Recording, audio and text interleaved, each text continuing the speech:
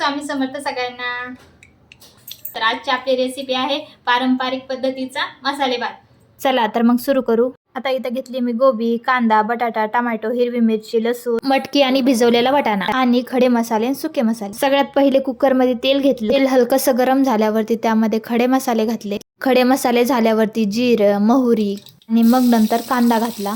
कांदा असा 2 मिनिटं छान परतून घेतला आणि नंतर लसूण घातला। लसूण असा मस्त गोल्डन होईपर्यंत परतून घेतला। मग नंतर हिरवी मिरची घातली। हिरवी मिरची पण छान मस्तपैकी अशी तळल्या गेली की नंतर टोमॅटो घातले। टोमॅटो मस्त असे छान सॉफ्ट होईपर्यंत परतून घेतले।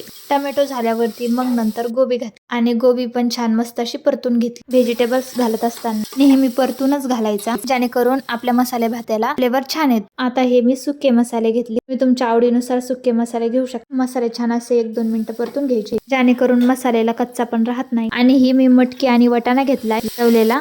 तुमच्या जवळ जर नसेल तर तुम्ही शेंगदाणे पण घालू शकता। आणि नंतर चवीपुरतं मीठ टाकले। टाकून छान असं 1 मिनिट परतून घेतले आणि नंतर पाणी टाक आणि पाणी टाकत असताना मोजूनच टाकायचं, जास्त पाणी टाकायचं नाही। नंतर चिरलेली कोथिंबीर टाकली आणि उकळी आल्यावरती तांदूळ टाकले। हे तांदूळ मी 15 मिनिटं पहिले भिजून ठेवले होते। तांदूळ टाकल्यावरती एकदा हलवून दिलं आणि कुकरचं झाकण लावून घेतलं। कुकरला 2 अशा शिट्ट्या आल्या की आपला मसाले भात रेडी आहे। बघा किती छान आपला असा मसाले भात रेडी आहे। कुणाकुणाला मसाले भात आवडतो तर कमेंट करून नक्की सांगा। मला तर खूपच आवडतो।